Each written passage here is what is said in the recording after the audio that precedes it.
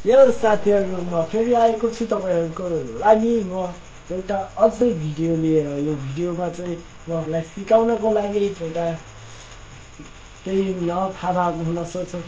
केहीलाई थाहा भएको हुनसक्छ यो भिडियो चाहिँ खास गरेर होइन यो भिडियोमा चाहिँ म फोटो एडिट गर्नलाई सिकाउनेछु यो फोटो एडिट चाहिँ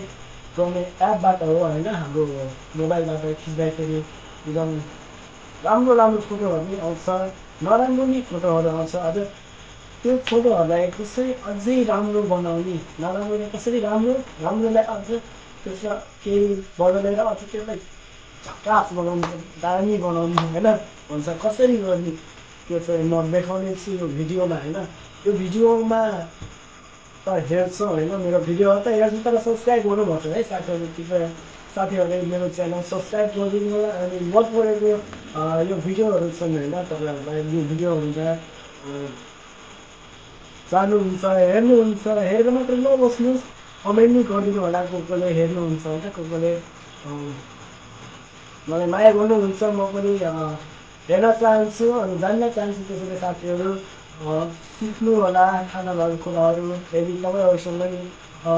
केही थाहा छ भने आइडिया छ भने यो टिकटक लाइभमा आउन सक्नुहुन्छ लभली बोइज सुरेश अनि यो चाहिँ विशेष गरेर चाहिँ युट्युबमा म छोडिरहेको छु मेरो साथीहरूको लागि यदि टिकटकबाट साथी आउनु भएको छ भने मेरो युट्युब च्यानल तिनीहरूलाई पनि एकदम धन्यवाद अनि जो बाहिर टिकटकमा नभएको साथीहरू हेर्दै हुनुहुन्छ भने होइन तपाईँहरूले प्लिज मलाई फलो गर्नु होला अनि आएर मलाई नयाँ कुराहरू सिकाउनु होला यदि तपाईँहरूलाई अझ नयाँ कुराहरू थाहा छन् भने मलाई सिकाउनु मैले अरूहरू साथीहरूलाई सिकाएर हेल्प गर्नेछु यति भन्दै साथीहरू अब नयाँ एप हेर्दैछु नयाँ एप हुनसक्छ कसैलाई पुरानो एप पनि होला हुन्छ दुईवटा एप है आज एउटा चाहिँ फोटो ब्याकग्राउन्ड चेन्ज कसरी गर्ने सर एकदम काट्न नपरेको कसरी चेन्ज गर्ने त्यो एउटा एप देखाउनेछु अनि एउटा फोटोको हाम्रो यो हुन्छ नि कता कता नमिलेको कता कता के भएको कालो गएर होइन यताउता त्यसको सबै कुराहरू बनाउनेहरू मतलब कि एडिट गर्ने कलरहरूले के गरेर यताउता सबै त्यसको लागि एउटा अझै दुईवटा एप म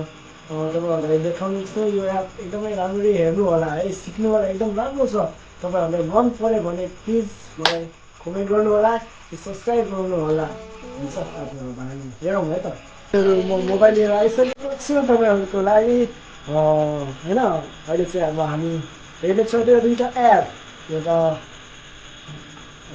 सुरुमा एउटा एप म देखाउने छु त्यो एप चाहिँ फोटो ब्लर एप हो यो फोटो ब्लर एपबाट चाहिँ हामी ब्याकग्राउन्ड ब्लर गर्न र त्यसको ब्याकग्राउन्ड चेन्ज गर्न सक्छौँ आफूले ब्लर भनेको बुझ्नुहुन्न भने होइन ब्लर भनेको ढङ्ग पार्नु अनि पछाडिको त्यो नराम्रोहरू हटाउनको लागि त्यो निलो पार्नु है साथीहरू कतिलाई थाहा होला कतिलाई थाहा छैन साथीहरू एकदमै हेर्नु होला सिक्नु होला कसरी यो भिडियोमा म कसरी फोटो बनाउँछु अनि तपाईँहरूले त्यो बनाउन सक्नुहुन्छ है यसरी गर्नुहोस् है फेरि खिच्नुहोस् अनि यस्तो गर्नुहोस् अनि यस्तो गरेर अनि टक्क टक्क अनि यस्तो गर्नुहोस् यस्तो गरेपछि ठ्याक्कै पछाडिको चाहिँ चेन्ज भइसकेको छ तपाईँहरूले देख्नुभएको छ यो चेन्ज भइसकेको छ यसरी चेन्ज गरेर तपाईँहरूले पछाडिको राम्रो ब्याकग्राउन्ड हालेर फोटो पनि राम्रो बनाउन सक्नुहुन्छ है यो चाहिँ एउटा तरिका हो जस्तै डिएसएलआरमा हुन्छ नि पछाडि धमिलो पार्ने कि त अर्कै सिन राख्ने होइन त्यस्तो चाहिँ हुन्न धमिलो पार्ने हुन्छ अर्कै सिन राख्ने हुन्छ तर यसमा चाहिँ हामीले डाइरेक्ट अर्को सिन नै हाल्न सक्छौँ होइन त्यसको लागि चाहिँ हामीले काट्न पर्दैन त्यसको लागि काट्न नपरिकन डाइरेक्ट हामीले ब्याकग्राउन्डमा हामी अर्कै नै हाल्न सक्छौँ आफै अटो कट भएर आउँछ है हाम्रो आफै त्यो चाहिने जतिको हाम्रो मान्छेको होइन शरीरको जान जतिको आफै काटेर आउँछ त्यसपछि पछाडिको अर्को हाल्न नै मिल्छ म देखाइरहेको छु यसमा ग्यालेरीमा गएर पछाडिको चेन्जमा गएर हाल्नुभयो भने सिन नै चेन्ज हुन्छ है यो भयो एउटा अनि अर्को हामी देखिरहेको थियो अघि पछाडिको चाहिँ हाम्रो यो अर्को चाहिँ लाइट रुम यो लाइट रुमबाट चाहिँ हामीले फोटोको कलर ब्राइटनेसहरू यताउता हेनतेन होइन अनेक गर्न सक्छौँ जस्तै हाम्रो निलो छ भने त्यसलाई रातो कलर निलो हरियो जे नि बनाउन सक्छौँ हामी कलरको यो जस्तै रातो छ भने सेतो होइन कालो छ भने सेतो अनेक गर्न सक्छौँ यो चाहिँ एकदमै राम्रो एप छ है यो चाहिँ हाम्रो लाइभ स्ट्रिमबाट चाहिँ हामी चाहिँ यसरी घटाएर बढाएर चाहिँ हाम्रो चाहिँ चेन्जहरू बदलावहरू हामी गर्न सक्छौँ है बदलावहरू गरेर हामी फोटोहरूलाई पहिलाको भन्दा फरक पार्न सक्छौँ एकदमै राम्रो पार्न सक्छौँ है तपाईँहरूले गर्नुहोस् ट्राई गर्नुहोस् अनि यहाँ अर्को नै छ